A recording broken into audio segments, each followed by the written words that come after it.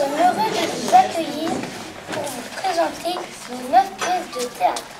Notre première représentation est le tailleur fou, avec Paco, le styliste un peu particulier, et Erwan, le client. La scène se passe dans une boutique très chic. Bon spectacle.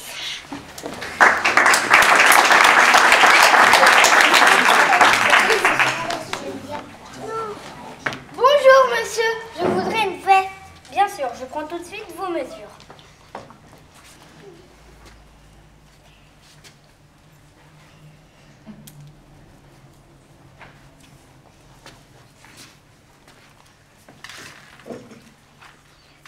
Parfait, j'ai toutes les mesures. Je vais pouvoir vous faire une belle veste. Si vous voulez, je peux vous la faire en peau d'éléphant. Non merci. Les éléphants, je préfère les voir en liberté. Je préférerais une veste normale, en tissu, une veste comme tout le monde. Quoi? Parfait. Ici, nous aurons une manche jaune et là, une manche verte. Au milieu, nous aurons quelques rayons mauve avec quelques petits points rose et blanc. Qu'en pensez-vous? Eh bien, c'est un peu trop coloré. Je n'ai pas envie d'avoir une veste de clown pour aller travailler. Je veux une veste normale, en tissu, une veste comme tout le monde. Quoi? Parfait, elle sera donc grise. Grise ici, grise là et grise ici. Oui, bon, elle sera grise partout. Parfait, grise partout. Voulez-vous des poches? Bien sûr, une veste a toujours des poches. Parfait. Une poche ici, une autre là et une ici et une dizaine de poches dans le dos. Des poches dans le dos. Pourquoi faire? Je ne sais pas, moi. Vous me demandez des poches, alors je vous mets des poches. Oh, il commence à m'énerver ce tailleur. Je veux une poche ici et une autre là, c'est tout. Parfait. Pour fermer votre veste, vous voudrez une serrure avec une clé ou vous préférez un cadenas? Pas du tout. Vous me mettrez des boutons. Parfait. Un bouton ici, un autre là et un bouton ici. Mais non, des boutons ici, là, vous me mettrez des boutonnières pour attacher mes boutons. Ce n'est pourtant pas compliqué. Parfait. Des boutons ici et des boutonnières là. Votre veste sera superbe. Il est fou. Ce tailleur est fou. Je résume. Vous voulez une veste grise avec une poche ici et une autre là. Des boutons ici et des boutonnières là. Je me mets aussitôt au travail. Revenez la semaine dernière, elle sera prête et nous pourrons la manger ensemble. Bon appétit, bonne nuit et bon voyage, madame. Oh là là, quel drôle de client. À mon avis, il n'est pas normal. Une veste grise, quelle horreur. Avec une poche ici et une autre là, des boutons et des boutonnières berberdark. Ça me donne envie de changer de métier. À partir de la semaine prochaine, je serai médecin. Je peux même commencer tout de suite. Vous, par exemple, vous me semblez bien pâle. Je vais vous soigner. Ah non, c'est vrai, je n'ai pas encore mes instruments. Il me faut une scie et des pinces. Je vais chercher tout cela. Attendez-moi bien tranquillement. Ne bougez pas, je reviens. Et surtout, ne guérissez pas, je reviens.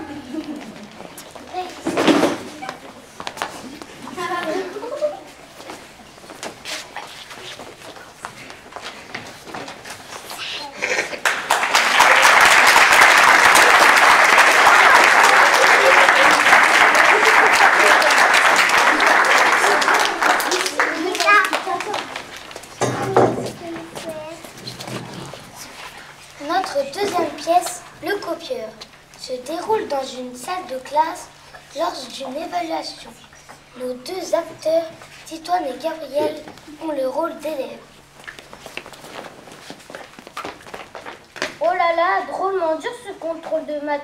Je n'arrive même pas à comprendre la première question. 2 plus 2, 2 plus 2, égale. Ça fait combien, 2 plus 2?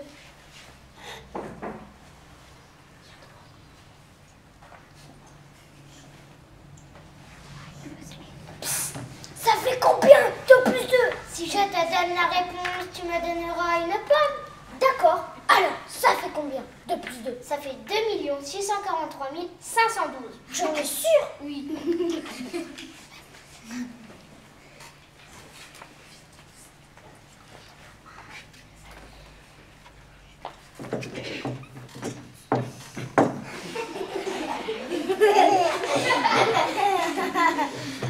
Eh bien, les drôlements, c'est bon.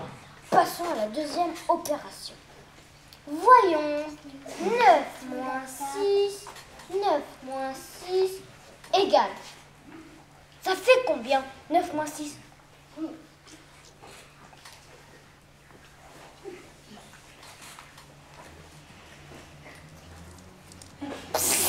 Ça fait combien? 9 moins 6. Si je te donne la réponse, tu me donneras un chewing-gum? D'accord, c'est promis. Alors, ça fait combien? 9 moins 6. 9 moins 6, ça fait croûte pouette. Croûte pouette, c'est quoi ça? Croûte pouette. C'est un signe mathématique. En fait, comment ça s'écrit? Croûte pouette. Comme ça se prononce, croûte et pouette. Oui, poids. Ça y est, j'ai terminé. Grâce à toi, je vais avoir une super note. Sûrement, mais n'oublie pas que tu me dois une pomme. Tu as raison. La voici. La voici. Oh, mais dis donc, je t'ai demandé une pomme, pas une pomme de terre. Et mon chewing-gum, tu me le donnes? Bien sûr, mais voici. Oh, tu as dégoûtant. La prochaine fois, ne compte pas seulement pour terminer les données. Tes bonnes réponses, je n'en ai pas besoin. Je suis peut-être nulle en maths, mais moi, je ne suis pas si idiot. Un bon conseil, avant de vous montrer de quelqu'un, réfléchissez. On ne sait jamais à qui on a affaire et on a parfois des surprises.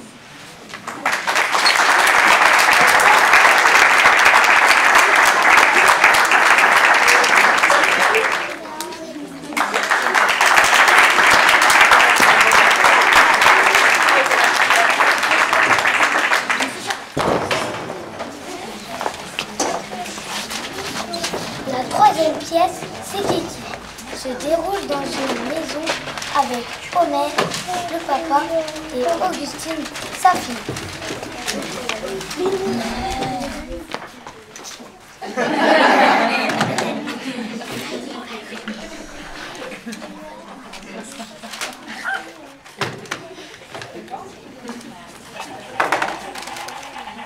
Dis papa, c'est quand qu'on va se promener? Ne dis pas c'est quand qu'on va se promener. Quand est-ce qu'on va se promener? Ah, quand est-ce qu'on va se promener alors? Tout de suite. Allez, viens Kiki. Et c'est où qu'on va? On ne dit pas c'est où qu'on va. On dit où est-ce qu'on va. Ah, où est-ce qu'on va alors? On va emmener Kiki au parc. Il a besoin de courir un peu. Et c'est qui vient avec nous? On ne dit pas c'est qui. On dit qui est-ce qui. Ah, alors, qui est-ce qui vient avec nous? C'est Kiki. Bah tu vois, toi aussi tu le dis. Qu'est-ce que j'ai dit? C'est Kiki.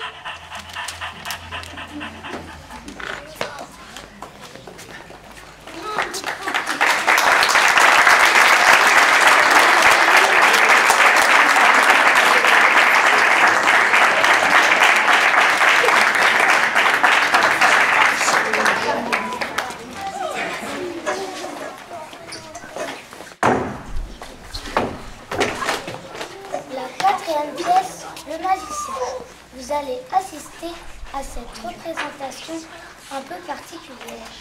Pierre a le rôle du magicien et Thibaut le présentateur.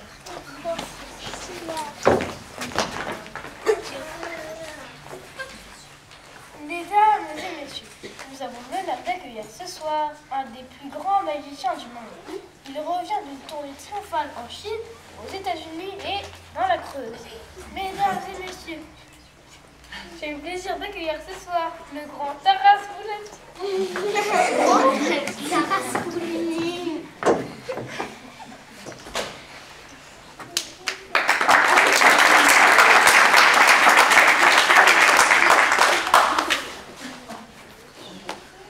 Mesdames et messieurs, cet homme a un pouvoir prodigieux.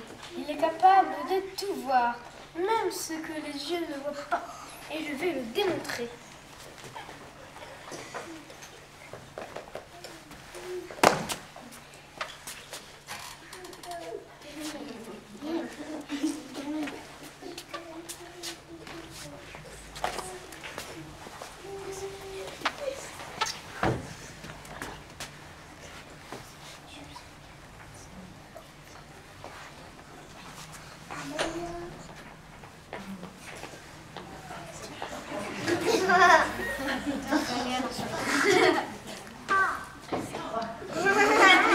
2 minutes.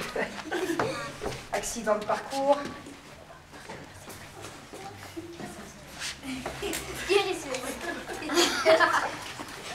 Tu le retires.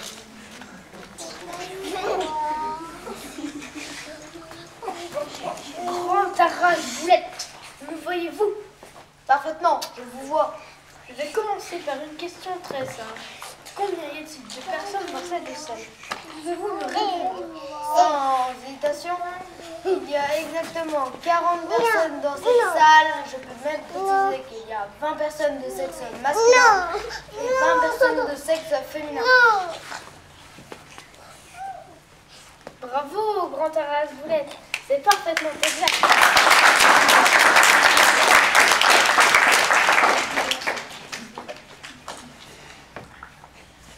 Grand Taras Boulette. Je continue.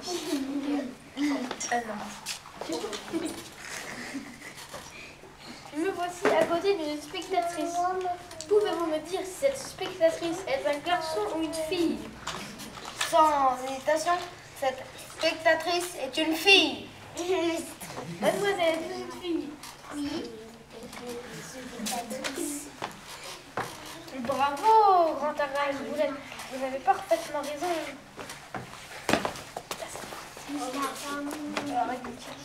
Et ce jeune homme, est-il un garçon ou une fille? Sans hésitation, ce jeune homme est un garçon. Bravo, Grand Taras Boulette. Je crois que vous êtes formidable. Nous continuons l'expérience. Je vais vous poser une question beaucoup plus difficile. Concentrez-vous. Je me concentre, je me concentre. Grand Taras Boulette. Ce garçon, quand est-il né? Pouvez-vous me répondre de façon précise? Sans hésitation, ce jeune homme est né de façon très précise, le jour exact de sa naissance. Jeune homme, êtes-vous né le jour de sa naissance? Bravo, Grand Taras Boulette.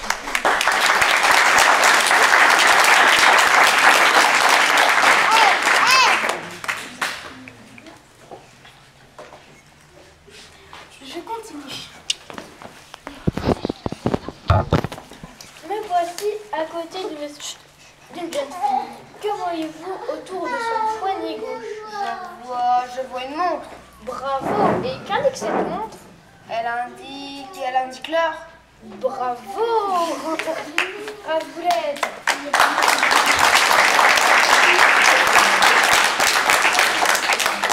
Formidable.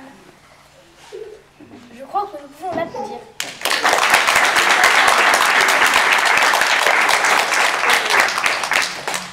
Mesdames et messieurs, le Grand Taras Boulette peut également prédire l'avenir. Et nous allons le prouver. Un Grand Taras Boulette.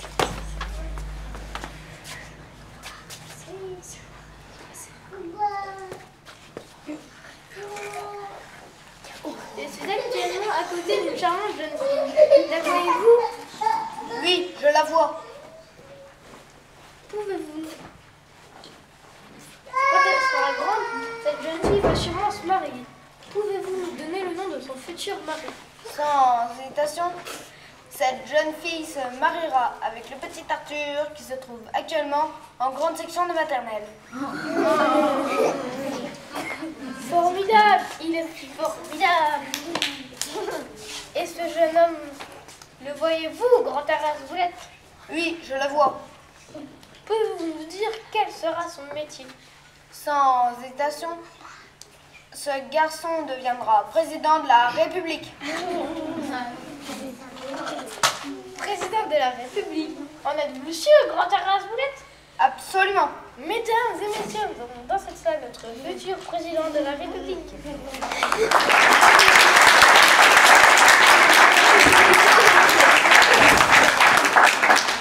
Je crois que nous pouvons l'applaudir.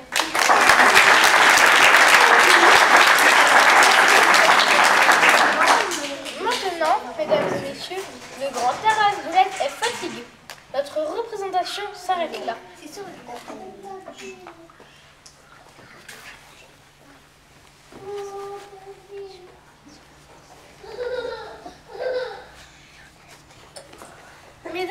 messieurs. Je suis désolée, mais nous avons perdu la clé du cadenas. Nous n'arrivons pas à la retrouver. Si vous la trouvez dans la salle, soyez gentils de la remettre au gardien. Merci beaucoup.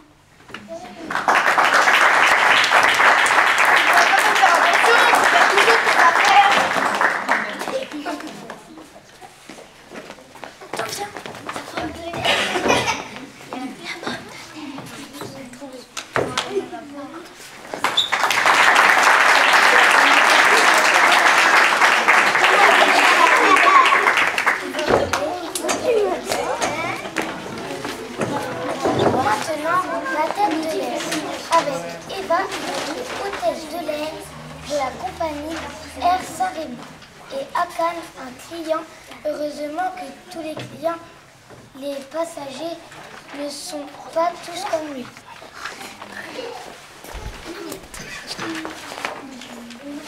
Mademoiselle, s'il vous plaît. Oui, monsieur, vous avez besoin de quelque chose? Je ne sais pas. Je ne me sens pas très bien. C'est la première fois que vous prenez l'avion? Oui, je crois que j'ai le mal de mer. Vous ne pouvez pas avoir le mal de mer. Vous n'êtes pas à bord d'un bateau, vous êtes à bord d'un avion. C'est vrai, je perds la tête.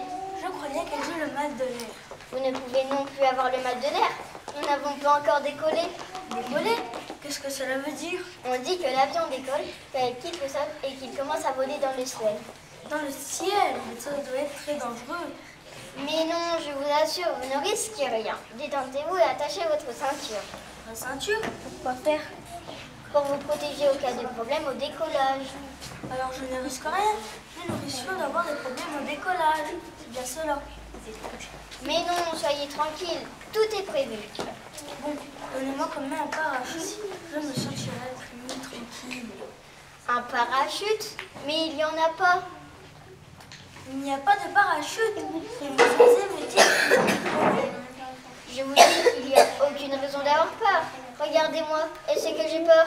Pourtant, je prends l'avion tous les jours. Tous les jours? Tous les jours, et même quelques fois la nuit. La nuit aussi? Quel courage. Mais non, j'ai l'habitude, c'est tout. Mademoiselle, s'il vous plaît. Quoi encore? Vous ne voulez pas rester assise à côté de moi? En voilà une idée. Et pourquoi faire? Pour me tenir la main. Je crois que je me sentirais plus tranquille si vous me teniez la main. Mais monsieur, je dois m'occuper aussi des autres passagers. Vous n'êtes pas tout seul dans cet avion. Si, je suis tout seul. Que voulez-vous dire? Regardez autour de vous, l'avion est plein.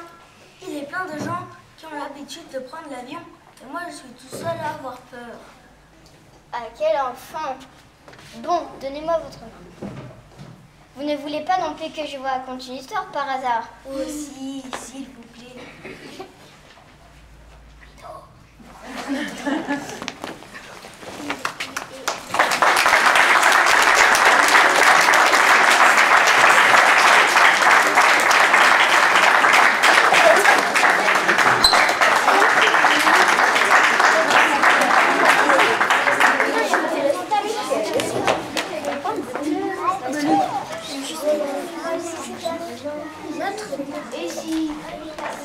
Justement, vous allez assister à un jeu télévisé.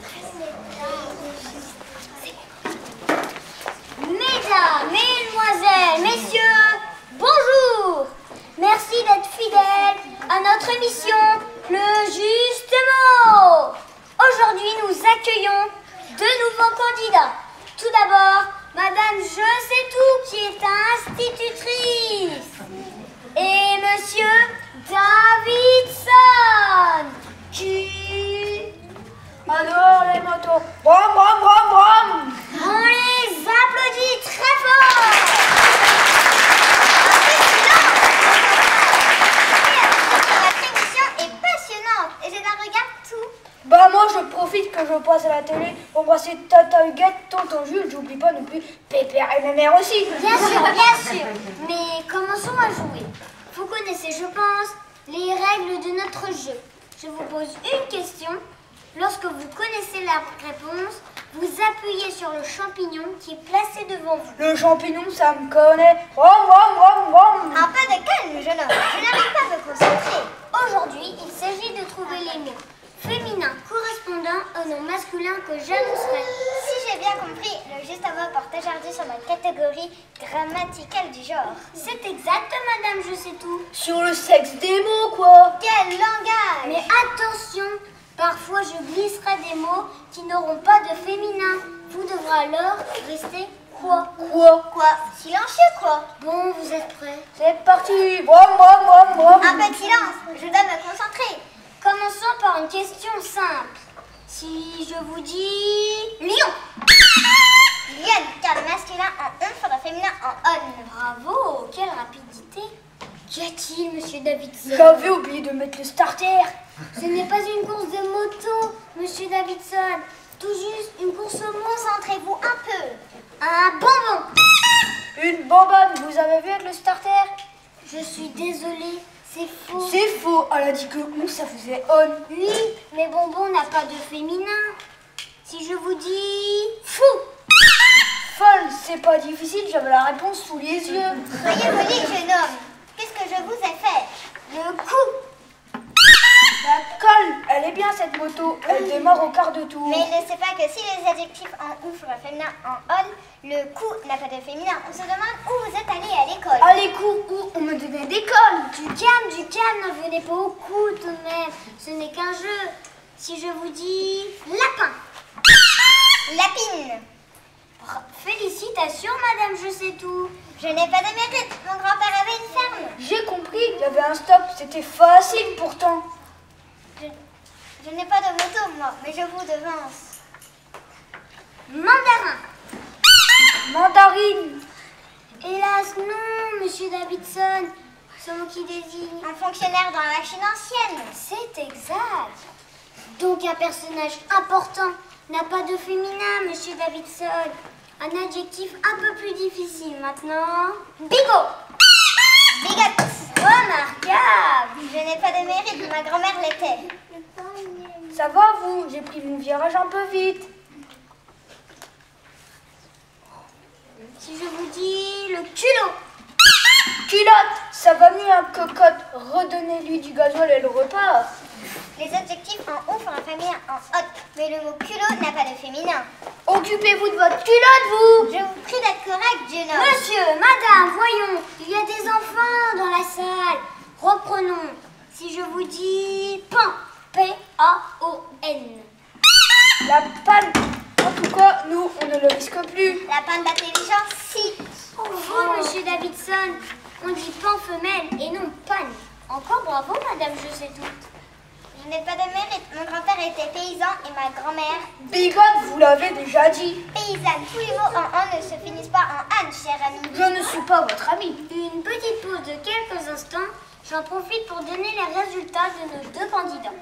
Madame Je sais tout est actuellement en tête avec 8 bonnes réponses. Mais Monsieur Davidson la suit loin derrière avec une seule bonne réponse. Attention, car le rythme va s'accélérer maintenant. Prêt? Saut! On ne le vous fait pas dire. Idiot! Idiote. Un croc! Crotte. J'ai compris, j'avais... Ça va vous, j'ai pris mon virage un peu vite. Faux, monsieur Davidson. Croc n'a pas de féminin. Nous repartons. Vous êtes loin derrière. Jumeaux. Jumelle. Chameau.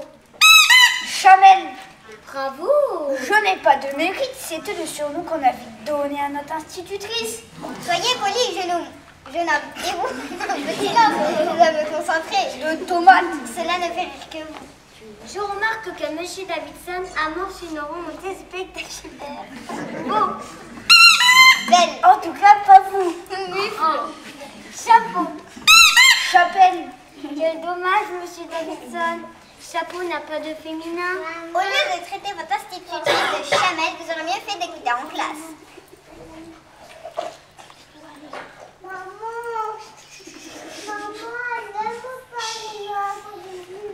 Mêlez-vous de vos affaires, il faudra que je me fasse réviser. Vous avez raison, ce n'est plus une moto, mais un pouce. Madame.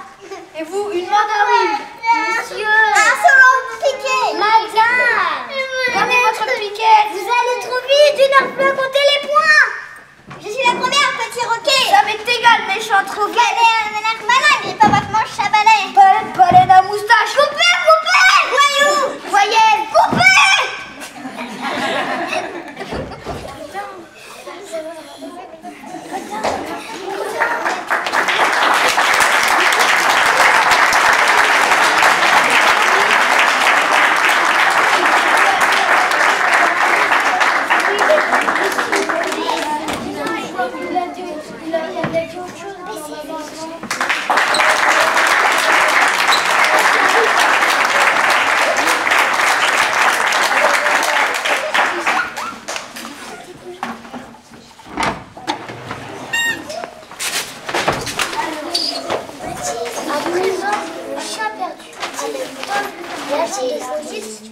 Dans son commissariat, et Baptiste, le propriétaire, pauvre aussi.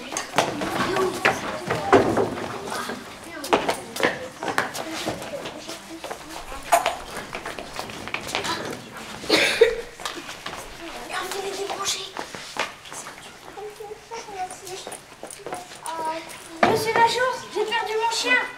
On va lancer un avis de recherche. Vous allez le retrouver. On va essayer. Il est comment? Assez petit, avec des poils noirs. Assez petit, noir, c'est tout? Non, il n'a que 3 pattes. 3 pattes? La pauvre bête, c'est tout? Non, il lui manque aussi une oreille. Une oreille qui manque? La pauvre bête, c'est tout? Non, il a aussi un œil crevé. Un œil crevé? La pauvre bête, c'est tout? Non, il a aussi le bout de la queue coupée. Le bout de la queue coupée, la pauvre bête. Comment s'appelle-t-il? Lucky. L-U-C-K-Y. Lucky? Quel drôle de nom. C'est de l'anglais, ça veut dire vénard.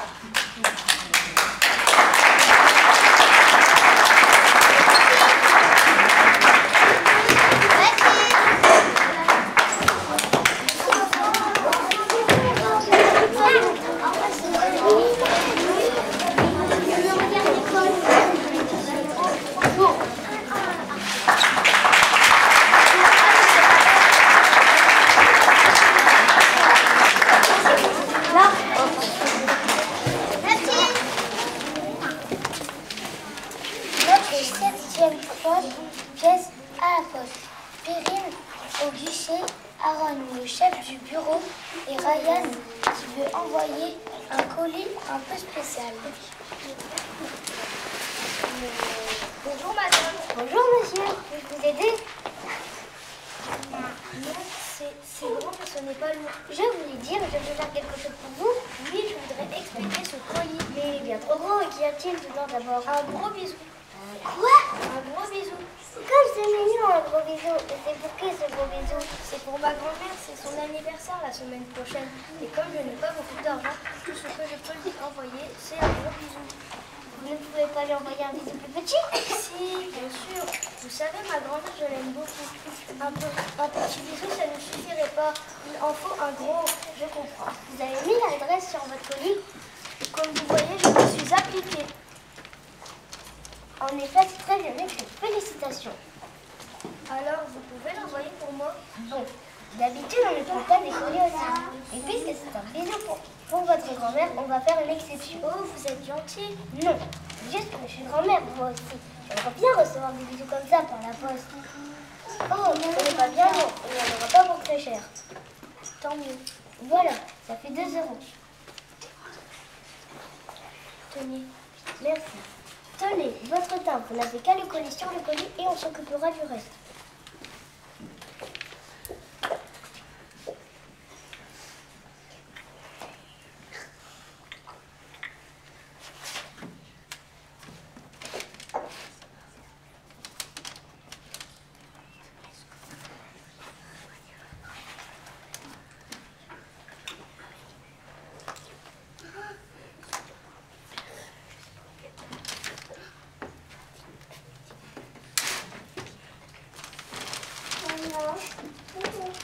Mais que faites-vous? Si je veux renvoyer un gros bisou à ma grand-mère, il faut bien que je sois sur place. Mais attendez, vous ne pouvez pas. Oh mon Dieu, c'est le chef du bureau. Qu'est-ce que c'est ce truc? Ce n'est pas un truc, c'est un gros bisou. Pourquoi? Un gros bisou pour une grand-mère. Il y a vraiment des gens qui envoient n'importe quoi. C'est lourd. Attendez, je vais vous aider. Merci. Madame qui fait son poids, c'est bien. C'est normal, c'est un gros bisou. Ah, je comprends.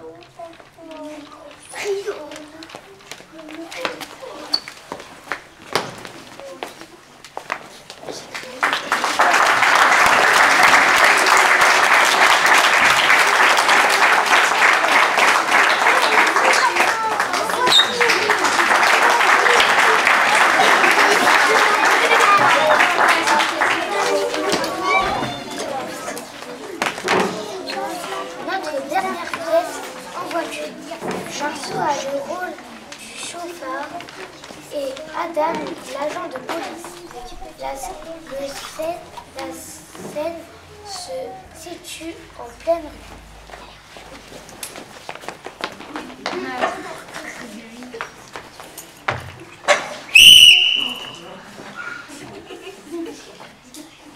Alors, monsieur, vous n'avez pas vu le feu? Le feu? Où ça? Il y a le feu. Il faut appeler les pompiers. Mais non, monsieur, le feu rouge. Il faut s'arrêter au feu rouge. Ah, excusez-moi, je ne l'avais pas vu.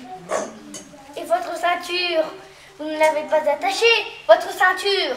Mais non, monsieur, j'ai des bretelles pour tenir mon pantalon. Oh, mais je n'aime pas qu'on se moque de moi.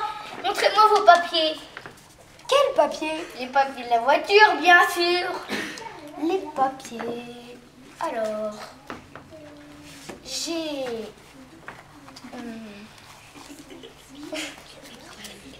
des papiers de bonbons, des mouchoirs en papier,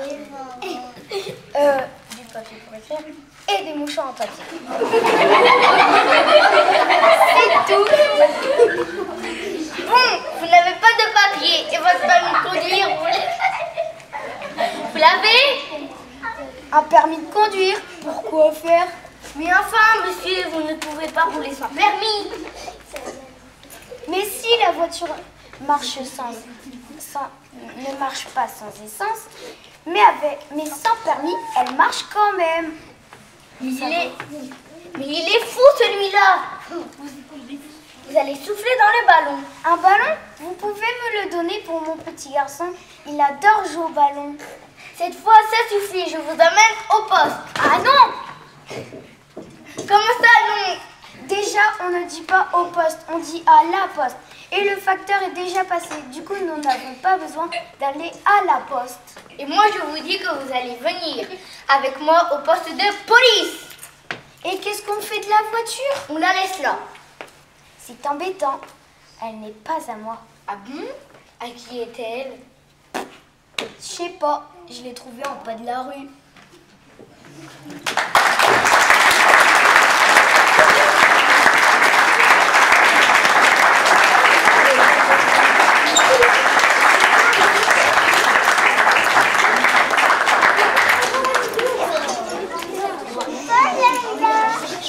Notre représentation est terminée.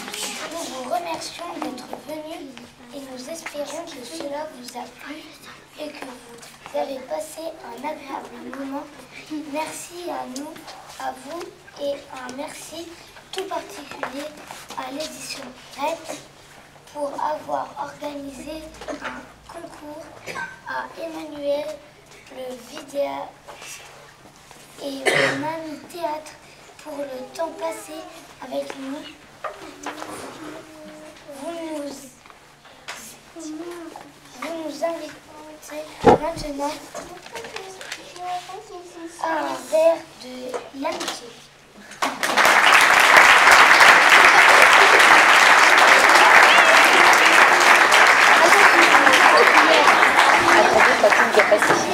Alors, mon prochain client.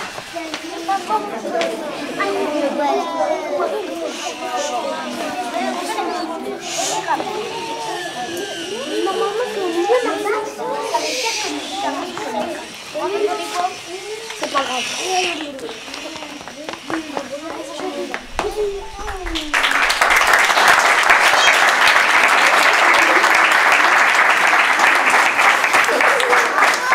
Chapeau.